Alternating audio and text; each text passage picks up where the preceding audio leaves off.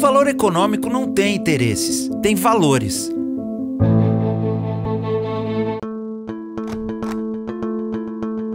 O eleitor só fala de 2 em 2 anos e quando abre a boca, surpreende. Foi isso que aconteceu em 2 de outubro. Vamos passar rapidinho pelos 10 recados dados pelo eleitor no primeiro turno. O ex-presidente Lula deu ao PT a melhor votação em primeiro turno da história, mas sua vantagem para o presidente Jair Bolsonaro foi bem menor do que se projetava. E por quê? Sabe aquele voto envergonhado e útil que o PT tanto buscou na reta final da campanha? Bem, ele existia, mas era bolsonarista.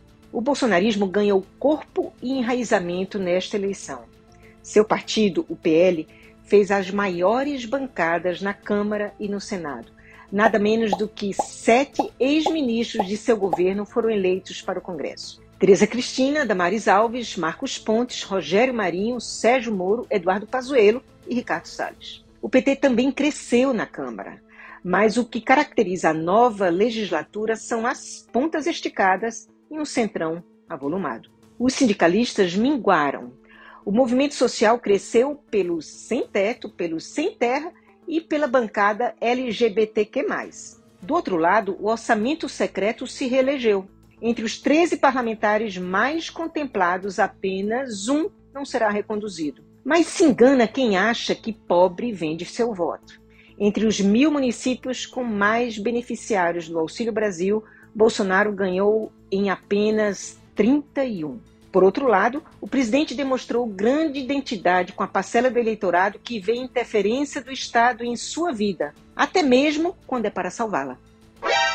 Bolsonaro ganhou em 66% dos municípios com taxa de mortalidade da Covid acima da média nacional. O lavajatismo desmoralizado em suas práticas nos últimos anos ganhou sobrevida com a eleição de Sérgio Moro, Deltan Dallagnol e Rosângela Moro para o Congresso. Se Bolsonaro se reeleger, esses futuros parlamentares vão tocar fogo nos conflitos entre o presidente e o Supremo.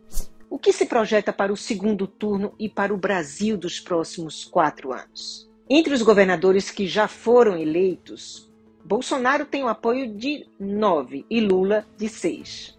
Cláudio Castro, Romeu Zema, Ratinho Júnior, Ibanez Rocha, Ronaldo Caiado, Gladson Cameli, Mauro Mendes, Antônio Denário, Vanderlei Barbosa.